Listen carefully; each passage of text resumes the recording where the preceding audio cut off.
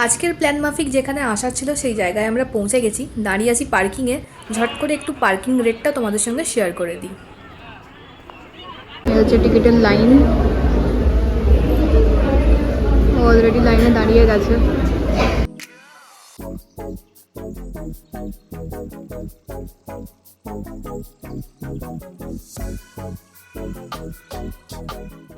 আমরা এখন পাহাড়ের ওপরে উঠবো। 1 কিলোমিটারের মতো ডিস্টেন্স আছে।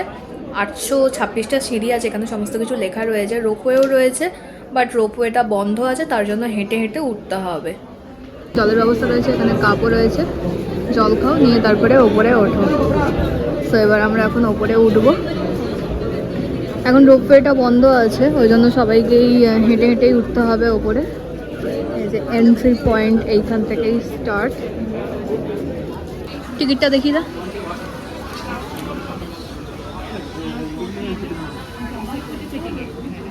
Good morning, welcome back to my channel. আজকে সেকেন্ড ডে আমাদের ভার্কালাতে, আবার লাস্ট ডেও। আর আমরা এখন চলে এসেছি জটায়ু আর্ট সেন্টারে। তো চলো এখন ঘুরে দেখি।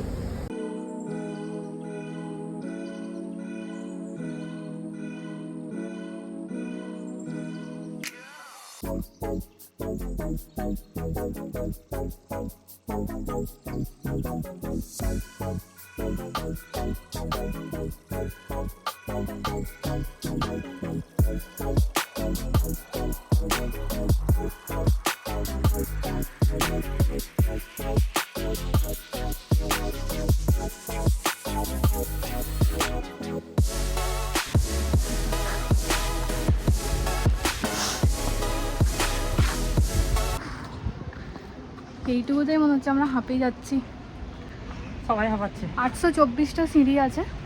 এখন ওই যে বললাম রোপওয়েটা বন্ধ আছে।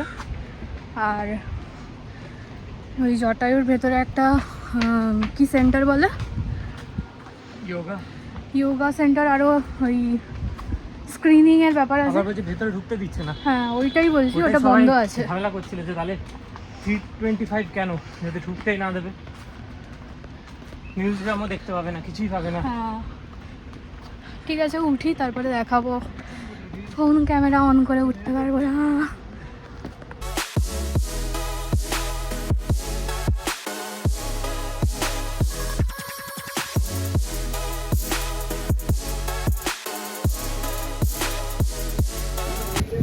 একটু তো উঁচু নিচু আছেই, উঠতে হচ্ছে নামতে হচ্ছে, কখনো হাঁপাচ্ছি, দাঁড়াচ্ছি, জল আছে আর দিক ওদিকে, জল খাচ্ছি। এসেই গেছি অলমোস্ট, আর একটুখানি।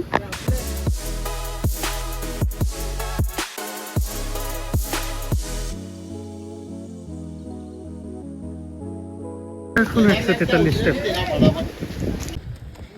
এই যে ওটা রোপওয়ে, আর ওইদিকে উঠতে হবে এখনো অনেকটা। আমি যে জায়গাটা দাঁড়িয়ে আছি এটা হচ্ছে হেলিপ্যাডের জায়গা। এখানে মানে হেলিকপ্টার যখন আসে তখন এখানে ইয়ে করা হয়।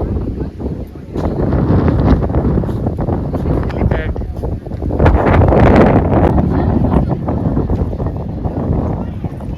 বললো বন্ধ, টিকিট দিচ্ছিল না। এটা কি ফার্স্ট লট যাচ্ছে নাকি?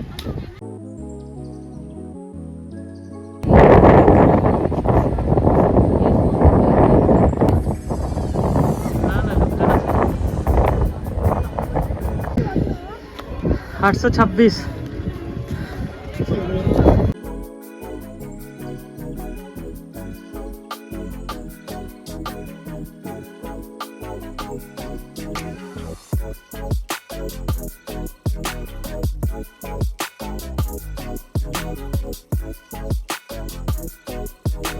অনেকটা নিচ থেকে ওপরে উঠে এলাম, অনেক কষ্ট হলো ঠিকই, কিন্তু ওপরটা এসে মানে এতটাই ভালো লাগলো।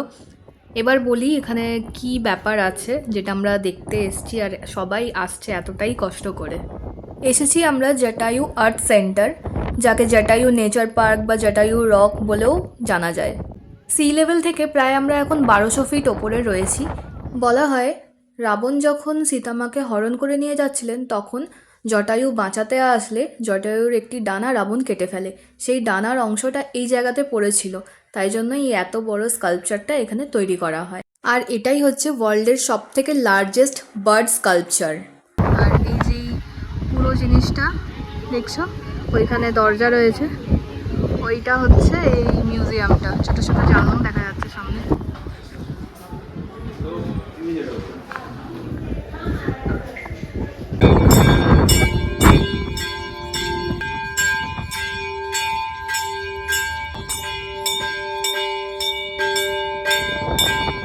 আমরা ওই নিচে রাস্তা দিয়ে এসেছি, এই রাস্তাটা।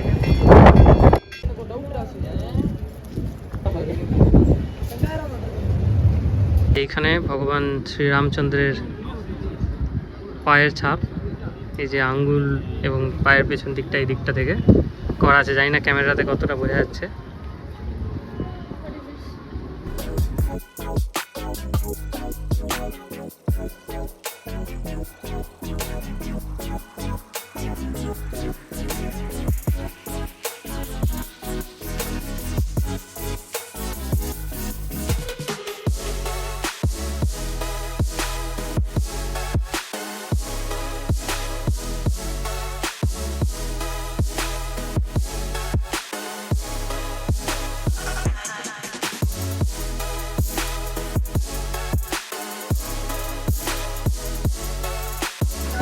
কি নিয়েছিস? কি নিয়েছিস? ক্লাসে করে লেমন জুস।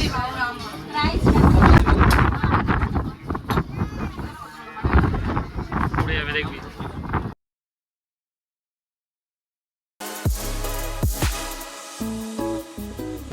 ওই যে নামার রাস্তা। আমাদের ঘোরা হয়ে গেছে, এবার আবার নামার ইয়ে। Ready for 826 steps.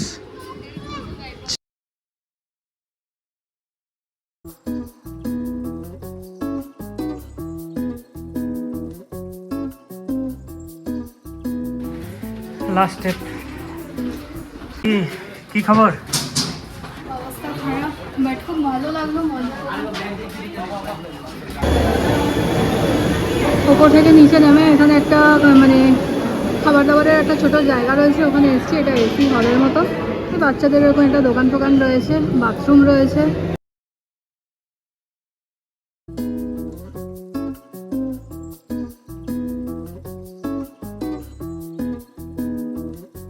মারাত্মক গরম ছিল, আজকে মনে হচ্ছে আরও ট্যান পড়ে গেল।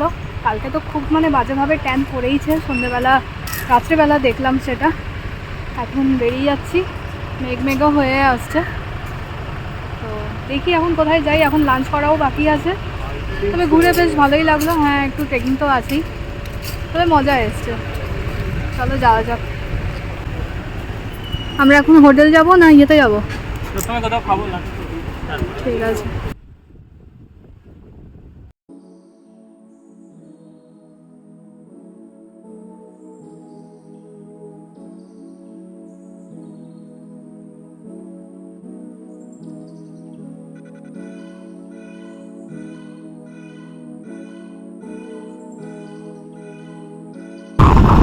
আমরা এখন এটা ওডায়াম বিচে এসেছি, তবে এখানে খাবার কিছু স্ন্যাক্স ফ্যাক্স দেখতে পাচ্ছি না, কোনো রেস্টুরেন্টও দেখতে পাচ্ছি না।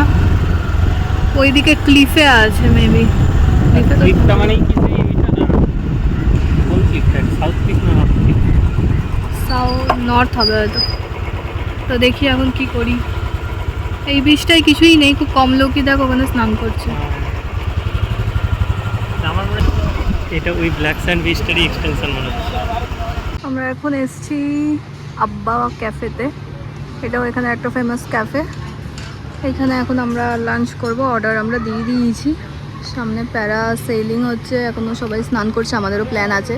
ঝটপট করে খেয়ে নিয়ে আমরাও চলে যাব বিচে, স্নান করব। আর ওখানে টেবিলে বসে আছে।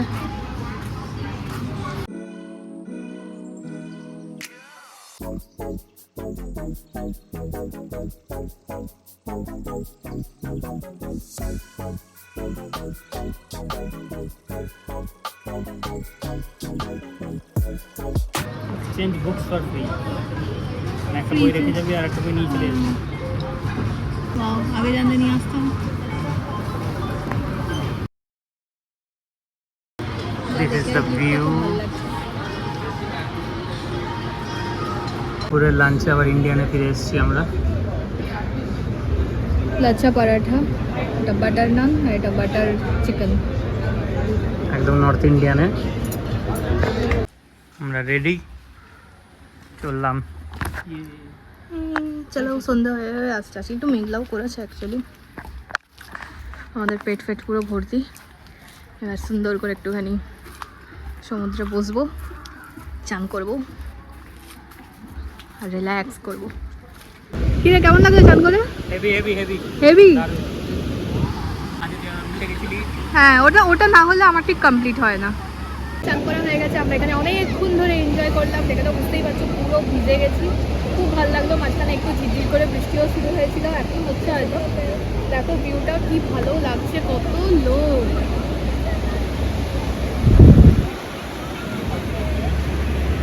তবে বেশ ভালো লাগলো এখানে চান টান করে।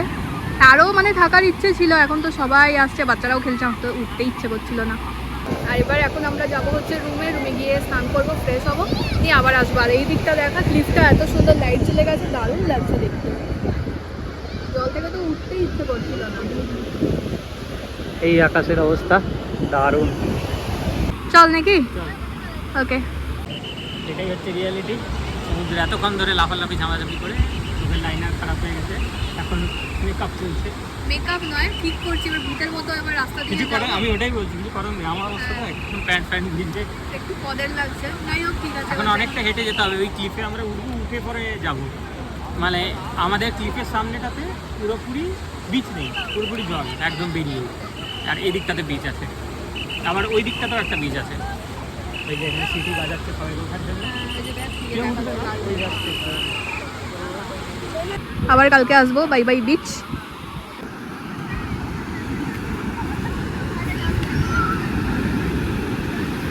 কালকে এক জায়গায় শপিং করতে গিয়ে ইউপিআই টাকা ফেসে গেছিলো, তো ওইটাও ওনাকে বলতে যেতে হবে।